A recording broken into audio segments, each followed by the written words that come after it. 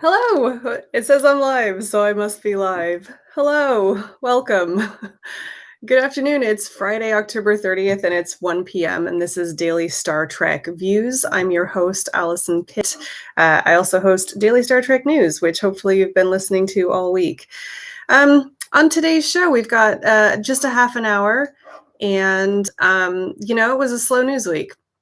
So we're going to talk about some things that did not happen this week, which is going to be very exciting. And then a little bit later on, I'll be talking about what I thought of this week's Star Trek Discovery. The episode is called, I can't remember. Oh, People of Earth. People of Earth. The episode is called People of Earth. So we'll get onto that a little bit later. So if you have any comments or questions, save those till the last half, please. Just in case there are people who have not yet seen it. Hello, I'm going to say hi quickly to people in the chat. Hey, Zach. Hey, Earl Grey Trekkie. Wes, hi. Thank you for coming. Thank you for saying hello. Okay, so it was an interesting week this week, pretty kind of slow.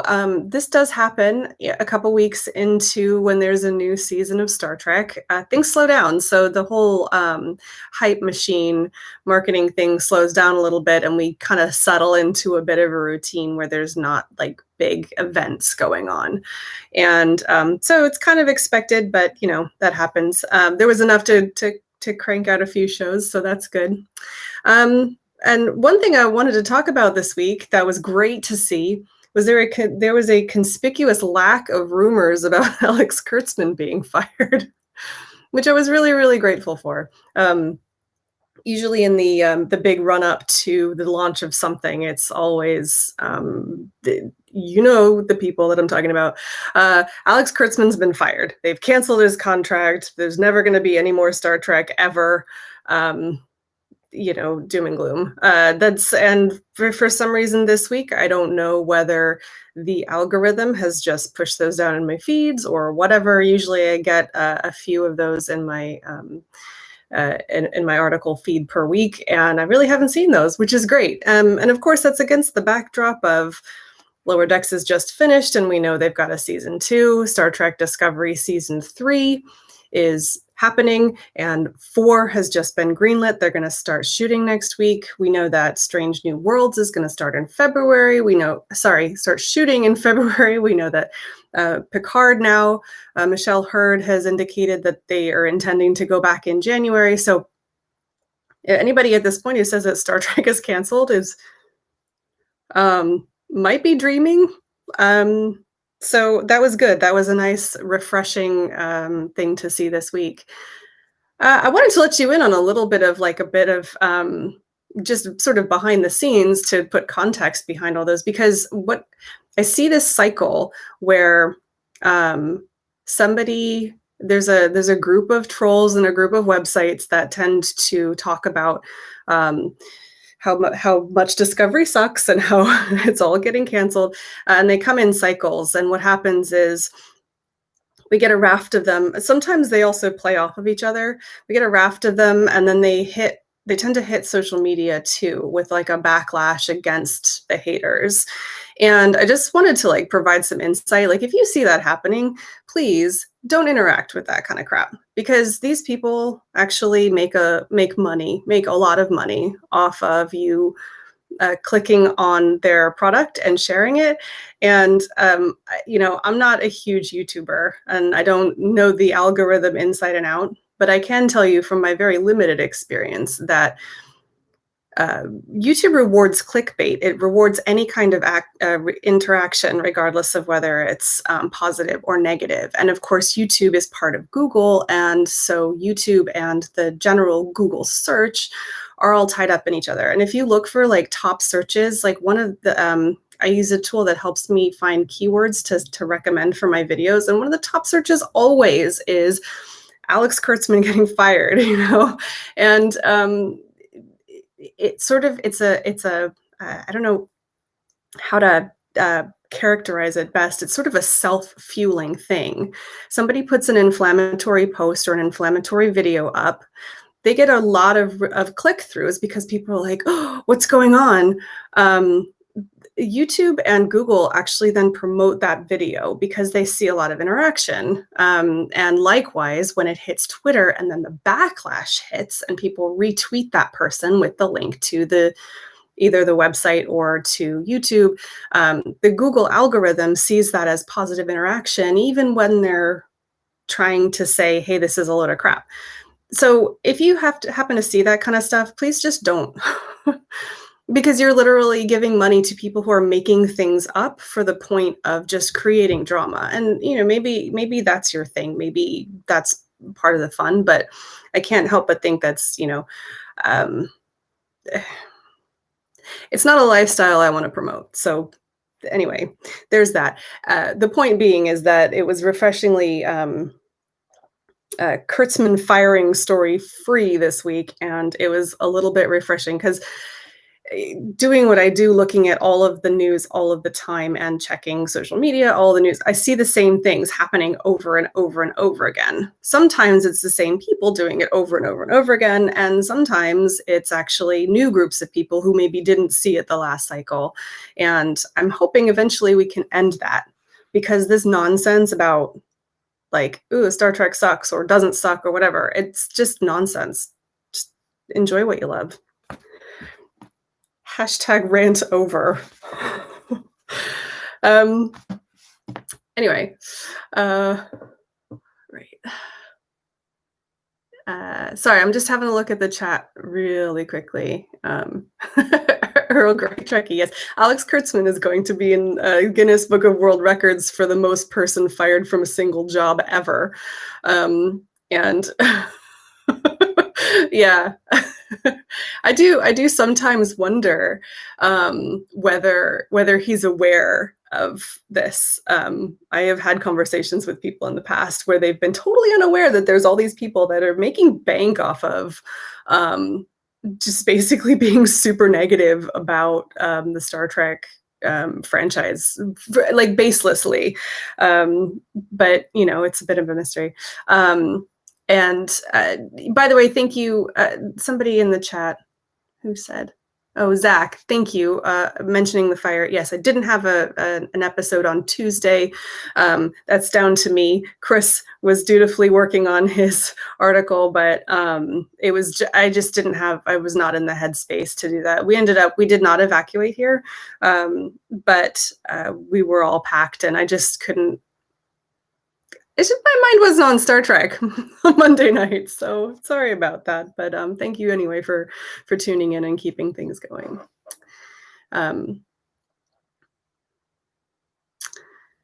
Right. So another weird thing. Oh, so I mentioned earlier that it's a pretty slow news week. That's kind of true, kind of not true. There's a couple things that happened that got a little bit of attention.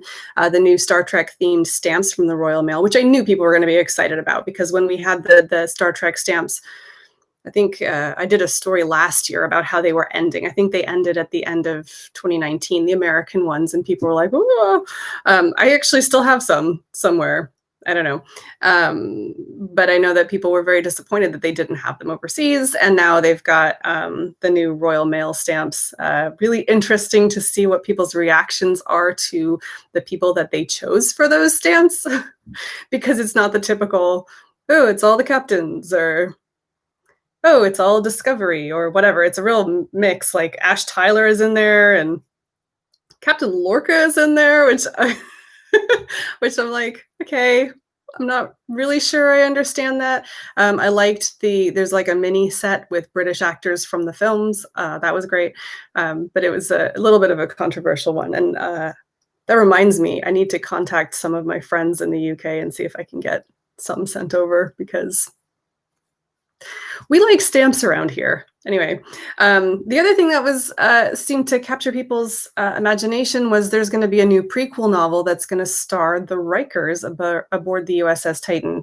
And I'm not a gigantic novel person, mostly because I can't concentrate long enough to read a novel, but that's kind of exciting. Obviously the Titan novels are very popular. I started to read one once. It was really good. And now, of course, the Titan is canon. So this is a slightly firmer, soft canon, and it's I forget who is writing it. I apologize. I'm going to look it up really quick because I don't want to say the wrong thing. Ta-da. Do you know, boy, this dailystartreknews.com is a really great resource. Okay. James Swallow is the author of that book, and that should be out in January. So go read that if you're into books. Anyway, a weird thing happened today. Sometimes I have a number of stats and analytics going on a number of my platforms because, as you know, this show thing, whatever it's called, kind of gets everywhere. And this morning I noticed that the website was going a little bit nuts compared to usual for an old article. And it's a Snoop Dogg article. I don't know if you guys have read this, but take you back to October of last year, and there was a new show on Netflix, the name of which escapes me. You're learning a lot about me today. I have a really terrible memory for almost anything, which is why I tend to be quite organized because I really don't remember things very well. Right, Snoop Dogg. There was a new show on Netflix called Rhythm and Flow. And in one of the promotional spots or one of the episodes of this, it was Snoop Dogg touring around his studio in Los Angeles. And he went by this gigantic mural with just like gigantic Star Trek starships on it. And when that hit the news, everybody went completely nuts because, as you know, Snoop Dogg is incredibly cool. And to have him be sort of like liking the Star Trek franchise is awesome. And so I did a bit of digging work to find out what that was all about. Turns out it was actually a mural that was a combination of Star Wars and Star Trek. And the Star Trek ships were not actually canon Star Trek ships. They are from Star Trek Online. Regardless, you can go, if you search for Snoop Dogg on dailystartreknews.com, you can read that article, and it's just a little bit of fun. And honestly, it's wonderful to see people's reactions to that. But that somebody apparently shared it on Facebook this morning, so that went a bit nuts, and that was a fun thing to revisit, I thought. And of course, if you are not aware, Snoop Dogg was also in a film called Unbelievable, the movie Unbelievable with 5 exclamation points, and I know that because I had to write it a lot. That's sort of a Star Trek parody, which also stars Tim Russ and Chase Masterson and Garrett Wang.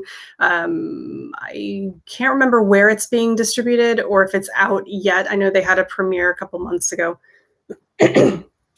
But yeah, Snoop Dogg is a big fan of Star Trek, and that's kind of a wonderful story for today. So Wednesday. Okay, so I've just checked the chat real quick before I take a break and then head over to talking about Discovery. Yeah, so the Wednesday thing is that was the thing that me and my kids came up with because we used to have. I can't remember exactly how it is. Where I used to live in England, we had a chip shop that was across the street from my son's school. And we used to go to the Chippy on Tuesday. So it was Chippy Tuesday. And sometimes we'd miss a Tuesday. I think it became Chippy Wednesday sometimes because just the alliteration. Anyway, so, and since this week we didn't do Trek Trivia Tuesday, we did Trek Trivia to Wednesday. So thank you all for being tolerant of that.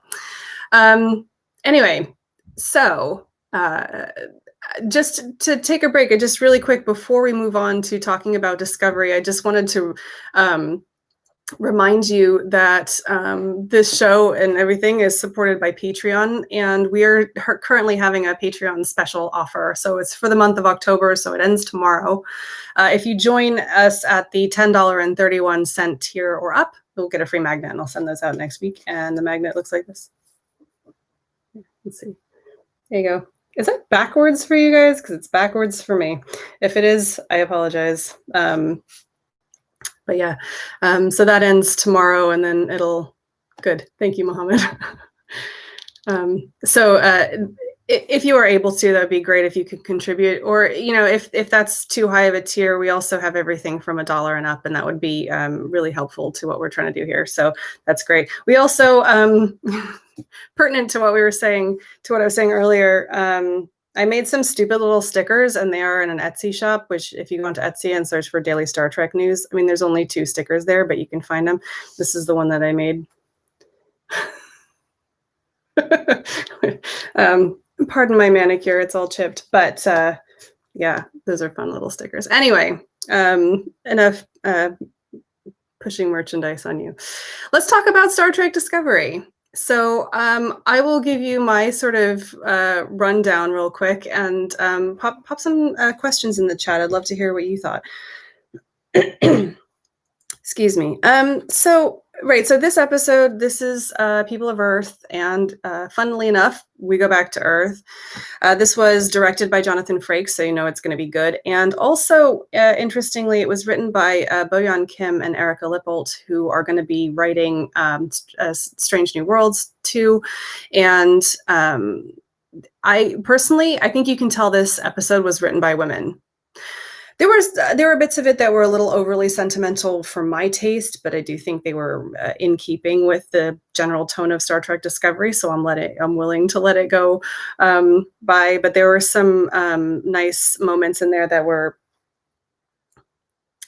I felt, had a feminine touch, which was nice. So I actually really like this episode, and I'll tell you chiefly why, and then I'll go into a little bit of details. So this episode was really nicely set up with an A plot, a B plot, and then a nice little tie-in to the story arc. And this is actually almost my ideal setup for a Star Trek show. I like the fact that we have an arc going on. Like generally, and like if you listen to the show at all, you know that I'm not a huge fan of serialized storytelling, because it feels like hard work. But I do like it when they keep a continuity of something that's going on and they remember what happened last week. That's a good thing for me. So the A plot here was really getting to Earth and the whole negotiation business between Wen and the United Earth Defense Force. The B plot, of course, was us meeting Adira, who I'll come on to in a second because I love them. And then that underlying story arc is still them trying to find the Federation, and I think they want to help the Federation, but first things first, they got to find them. So this A plot, I thought, was very basic and predictable, and it was everything I want a Star Trek A plot to be. One of the things that I love the most about Star Trek is when it kind of teaches us a lesson. And, sometimes it's a little in your face. Sometimes it's just satisfying to have a moral story or an ethical story told to you in a way that you can access and understand, and it helps reinforce that these are good things to do. And we have heard this story a million times, where 2 factions are fighting, and it's all mostly over a misunderstanding that was born of a lack of compassion. And so the ending of that, the bit where they're fighting and then they find out that they're actually, former comrades, and that then the resolution of each of them understanding where the other one's coming from, and sort of having a meeting of minds. That's so typically Star Trek. And that was great. That was really satisfying to me. There's some details in there. I don't really care. The basic storyline of Starfleet coming in and resolving that misunderstanding was, I thought, really great. And it was a little cheesy having it set against the backdrop of Earth, but I'm okay with it. Basically, I'm okay with it. Now, the B plot. So here is us meeting Adira, and I thought they did a really great job of introducing this new character. They were just cheeky and irritating, and the interplay between Stamets and Adira was just wonderful. I mean, I have questions about how a 16-year-old is serving as like an inspection officer. Maybe we'll find out, maybe we won't, but I'm willing to forgive it. I love that they set her up as, them up as such basically a kid genius. I wonder what would have happened if they hadn't sabotaged that plot point where they sabotaged the transporters. It felt a little too convenient for me, but it's fine. It was sort of one of those linchpins that kind of helped everything else happen. Now, something that I didn't include in this week's Daily Star Trek News that I would encourage you to go and watch. There's an article in Forbes, and hang on, excuse me, I'm gonna pop this in the chat here. I didn't include it in this week's show because I felt it was a little too spoilery, and I didn't want to kind of go there. But they talk, it's an interview between Don Ennis and Blue Del Barrio. And they talk specifically about the fact that in this episode, Adira is referred to as she and her the whole time. She is being identified as female. And I think that's going to be a really important part of that character's development. It was confusing at first because we've been told that Adira is going to be a non-binary character and that their preferred pronouns are they and them. And it was actually jarring because I saw Adira on screen and I was like, hey, it's them. And then the captain kept referring to them as she and her, and then Saru started saying she and her, and it was really jarring. But this interview in Forbes talks specifically about that. They actually talk about the timing for Blue Del Barrio themselves, that they were not out as non-binary when they gained the role and when they started the role, and how those two things of kind of coming out as a non-binary, both a character and a person, kind of go together. And it's a really nice, like at the end of this article, there's a really nice, it's basically a recorded Zoom call interview. And it's really wonderful to watch. So I would encourage you to go and watch that if you can. And if you also had questions about why Adira, who they've been touting as this non-binary character, is being referred to as she and her, they talk a little bit about that too. And I would encourage you to go and watch that. But as far as that character, I love a wonderkind. I loved Wesley Crusher. I wanted to be Wesley Crusher, and I want to be Adira too. You know, I love that idea of that, like this smarty pants who knows better than everybody else. I'll be honest, I was slightly disappointed with the idea that they might be like that just because of the symbiote. But we'll see. It's possible that they're not. It's possible that it's just because that they have a symbiote because we're already super smart and intelligent. And like this, okay, another like behind the scenes thing for this show. Back when they announced that Blue Del Barrio and Ian Alexander were going to be the first non-binary and transgender characters and actors in Star Trek, I put some screenshots together that I had from the trailer showing various things, and one of them was in the Trill pool. And I assumed that it was just because the resolution was bad on the video, that it looked more like Blue Del Barrio in the Trill pool than it did Ian Alexander. And I just cut that in. So it turns out that actually Blue Del Barrio right now is the one with the Trill symbiote. So that was a bit of a surprise to me, and I'm actually slightly annoyed because that YouTube video is going to be out there with an incorrectly identified screenshot forever. So that was an interesting development, and I'm looking forward to finding out how that develops. Ian Alexander Gray is coming in episode 4, I believe, so we don't have to wait very long. Apparently, it's the next episode will be on the Trill homeworld. And finally, I don't have that much to say about the Finding the Federation arc.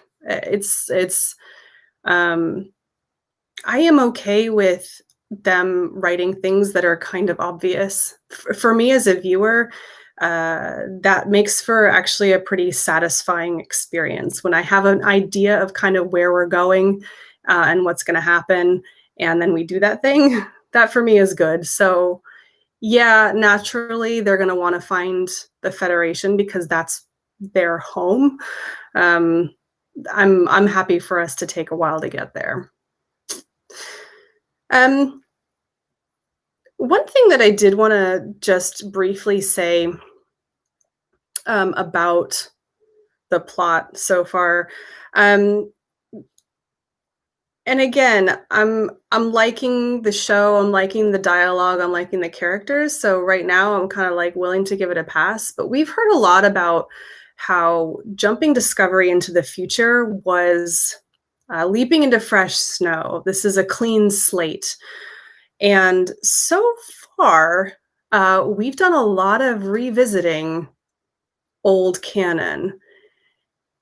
And that canon isn't driving the plot, but, okay, the first episode was super new, although, you've got the Orions, Andorians, and I don't remember if the Tellarites were in there. They were in the second one. Then you've got the Coridan miners in the second one. This one, they literally go to Earth. And we're going to go to the Trill homeworld next. I'm not seeing a lot of fresh snow right now. I think conceptually and the fact that we're seeking out the Federation.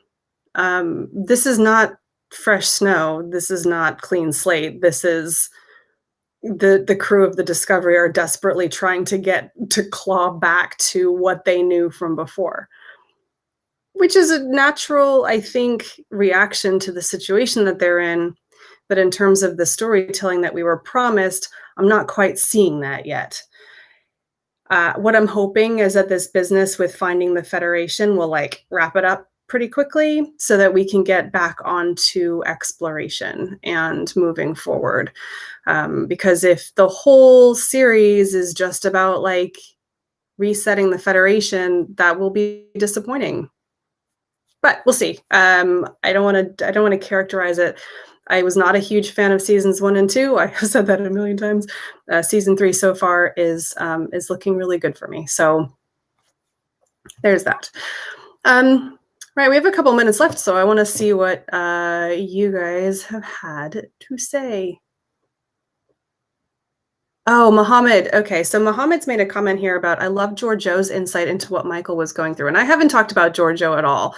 Georgiou's character so far, I love the fact that unlike season 2, where you kind of felt like this was a tamed wild dog, it's really, really obvious from the way that they're talking, that they have her speaking, that she is only here as long as it suits her, because she doesn't have a better option right now.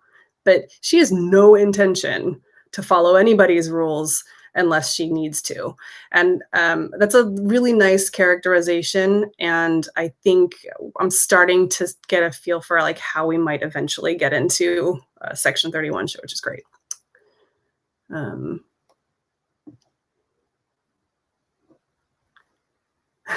Zach says, Stamets seemed to heal up real fast in the 10 minutes between the end of episode 2 and the beginning of episode 3. You're not wrong. You're not wrong. Zach says, the highlight of the episode for me was Saru uniting Earth and Titan. Although I find it hard to believe that those two factions would be in the same system but not talk.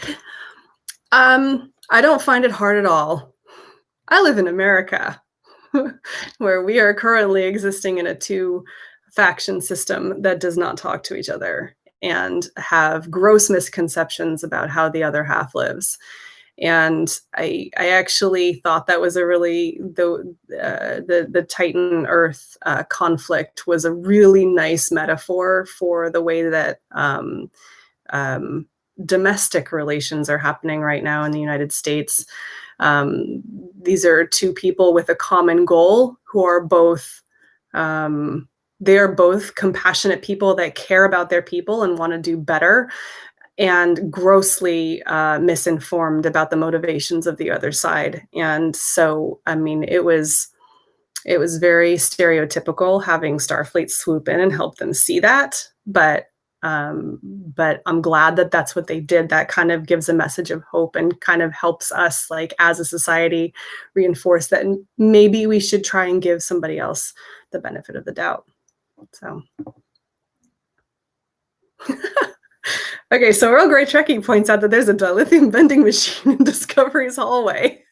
I hadn't thought about it like that, but you're absolutely right. Well, I wonder what kind of, does it take coins? We're in a post-scarcity society. What happens if it gets stuck? You have to bang on the thing. Saru gets his arm up in there. I don't know. Anyway, let's see.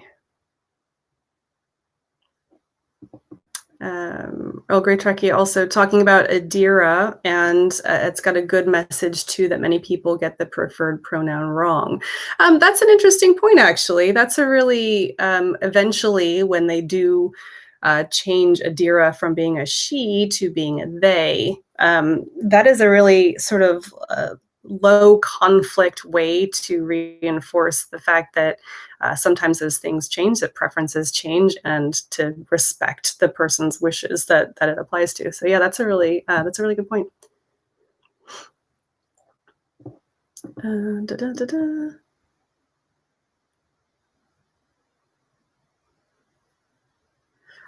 So Zach brings up a really good point about Calypso. I was actually talking to this with my partner the other day. Because I forgot about Calypso, and I've been assuming that Calypso happened before Discovery Season 3, but of course it couldn't, because in Calypso, Discovery had been abandoned for 1,000 years. And if you remember, they talked about the Vidraish, which is also something that Zara talked about in episode 2 in Far From Home. He also referred to the Vidraish. And Michael Chabon has said in the past that Vidraish is actually sort of a pidgin dialect version of Federation. So the Vidraish, which they kind of talk about like raiders or pirates or something, we don't really know. People like Zara are aware of them in 3188, where we are now. At some point in the future, when Discovery has been abandoned for 1,000 years, we are also still, the Vidraish are still fighting. We don't know whether we're the Vidraish or we're fighting against the Vidraish. We don't know, because in that one, I can't remember the chap's name that ended up on Discovery, but he had stolen a Vidraish escape pod, I want to say, and we were kind of led to believe that the Vidraish were an enemy or an adversary to whoever he was, and he was the hero of that story. So there's a connection there that we have yet to see. I have a slight problem with this because, again, we're not exactly treading in new snow, fresh snow, new slate. I'm mixing my metaphors, but if this is going to tie back somehow to Calypso, we kind of haven't done that thing they promised, which was all new stories. But it's important to just make that notice that they talk about Vidraish in episode 2, and they also talked about Vidraish in Calypso, and so maybe we will see that again. And of course, we all want to know what happens. Why does Discovery sit there abandoned for 1,000 years? I would also note, Zach, that Alex Kurtzman has come out and said that they will stay. They're going to stay in the 32nd century for the duration of Discovery. Now they're not going to be time traveling again. Now, could he be lying? Sure, but, in my experience, Alex Kurtzman doesn't tend to straight up lie. He might skirt around the issue or he might not answer, but he doesn't straight up lie. Um, so yeah, I'll find the reference for it. I wanna say it was in that IndieWire interview that he did last week that I did do a story on, but I didn't do that particular piece of that story, so I'll see if I can find I'm gonna write that down. I'll see if I can find the actual reference for you. I'm writing it down. Um, but yeah, so he said that they're gonna stay in the 32nd century now, so I expect that to be the case, although that's not to be said that they might not bounce around a little bit, we don't know. Anyway, right on time. I'm 5 minutes over, like always. So it just remains for me to say thank you very much for everyone for tuning in. I appreciate the chatter, and it's nice to see all your little tiny avatar faces in the chat. So thank you for joining me today. Don't forget to subscribe if you are new here and you haven't already. Please subscribe to the channel. That helps me out. Hi, BC. And also, if you are able to, please consider making a contribution via Patreon. So it's patreon.com/daily Star Trek news.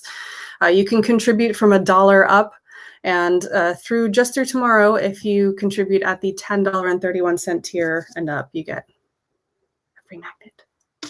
So please go check it out. It's patreon.com/daily Star Trek news.